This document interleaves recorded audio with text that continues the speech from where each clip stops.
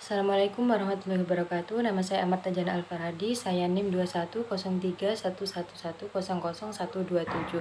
Saya dari kelas C Agroteknologi. Di sini saya akan menjelaskan tentang laporan mini riset usaha tani cabai. Latar belakang dan tujuan. Pangan yang sehat dan bergizi tinggi ini dapat diproduksi dengan metode pertanian organik, tak terkecuali sayuran organik. Kebanyakan konsumen akan memilih bahan pangan yang aman bagi kesehatan dan ramah lingkungan, sehingga mendorong meningkatnya permintaan produk organik. Sebagai masyarakat memilih produk organik dalam komponen pangannya dengan beragam alasan. Motivasi utama konsumen memilih produk organik adalah dampak produk organik terhadap kesehatan.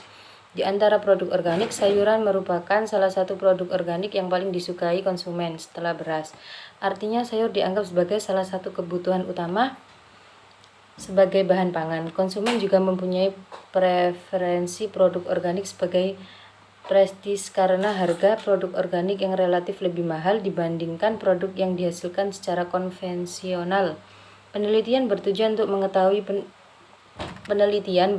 untuk memenuhi penugasan UTS dan untuk mengetahui produksi faktor-faktor produksi dalam usaha tani, diantaranya jenis lahan, tenaga kerja yang digunakan, modal usaha, manajemen usaha taninya, biaya dan pendapatan dalam budidaya cabai. Pembahasan klasifikasi usaha tani cabai. Cabai Capsicum annum L merupakan salah satu jenis sayuran yang dikonsumsi setiap hari sebagai bumbu penyedap masakan dan bernilai ekonomi tinggi. Tanaman cabai dapat tumbuh di berbagai tipe tanah dan tanah yang bertekstur ringan sampai berat. Di Indonesia, cabai dapat tumbuh mulai dari daerah rendah sampai daerah tinggi. Komoditi tersebut banyak diusahakan di lahan kering, baik dataran tinggi maupun dataran rendah, mempunyai potensi sumber daya alam khususnya lahan kering yang sesuai untuk pengembangan tanaman pangan dan hortikultura. Untuk faktor-faktor produksi, yang pertama yaitu lahan. Lahan yang digunakan merupakan lahan tada hujan yang berstatus kepemilikan sendiri. Kemudian tenaga kerja. Tenaga kerja yang digunakan yaitu menggunakan manusia dan mesin. Untuk modal, pengusaha menggunakan modal usahanya sendiri. Manajemen, perencanaan dilakukan untuk jangka panjang. Untuk pengorganisasian tidak ada, dan untuk pengawasan hama dengan melakukan pengecekan setiap 1 minggu sekali dengan memperhatikan kebutuhan tanaman dan pengawasan siap panen atau tidaknya. Analisis biaya dan pendapatan. Yang pertama, biaya variabel. Yang pertama ada benih cabai 1 picisnya dengan harga 150.000 itu dalam jangka 2 bulan. Untuk pupuk kandang 4 karung dengan harga 30.000 dengan jangka 2 bulan. Kemudian insektisida kimia jumlahnya 1 botol dengan harga 30.000 itu dalam jangka 2 bulan. Total biaya variabel yaitu 210. Kemudian untuk biaya tetap. Jenis biaya tetap yang pertama ada mulsa dengan banyaknya 1 roll, harganya 450.000 dalam jangka 2 tahun. Kemudian ada traktor. Di sini traktor yaitu kepemilikan sendiri dengan harga belinya 10 juta dalam jangka 5 tahun. Kemudian potrai. Banyak potrai 3 picis dengan harga 24.000 dalam jangka 1 bulan. Kemudian biaya transportasi. Biayanya 50.000 itu dalam 1 harinya.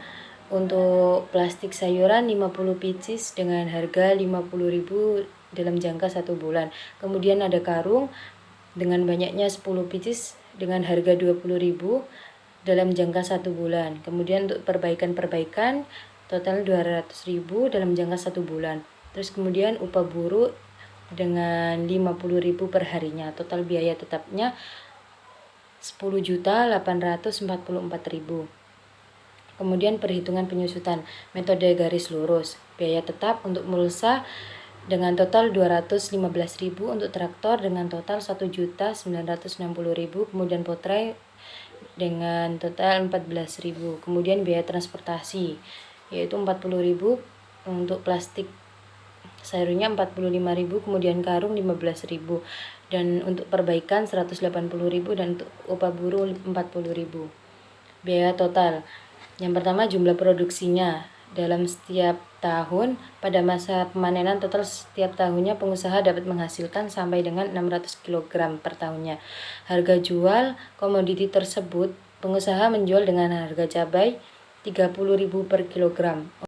Untuk total penerimaan, biaya penerimaan diperoleh dari total jumlah produk, sehingga diperoleh biaya produk 1 tahun dikali dengan harga jual tanam sebesar 600 kg kali 30.000 sama dengan 18 juta per tahunnya. Kemudian untuk keuntungan yang diperoleh yaitu laba diperoleh dari perhitungan penerimaan biaya dikurangi dengan biaya total dengan sejumlah 6.946.000. Adapun kesimpulan dan saran. Untuk kesimpulan, pada penelitian ini pengusaha tani memiliki lahan sendiri di Desa Kebun, Kecamatan Kamal, Kabupaten Bangkalan yang merupakan jenis lahan tada hujan. Untuk tenaga kerjanya menggunakan tenaga kerja manusia dan mesin dan menggunakan modal usaha sendiri. Dalam manajemen usaha taninya, pengusaha melakukan perencanaan dilakukan untuk jangka panjang dan tidak ada perorganisasian. Untuk pengawasan hama dilakukan 1 minggu sekali dengan keuntungan yang didapatkan sebesar 6.946.000. Untuk saran, dalam manajemen usaha tani ini pengusaha tidak terdapat perorganisasian. Hendaknya dalam manajemen usaha taninya ada perorganisasian agar bisa lebih maksimal lagi. Kemudian untuk daftar pusaka dan disertai dengan lampiran. Sekian dari saya. Assalamualaikum warahmatullahi wabarakatuh.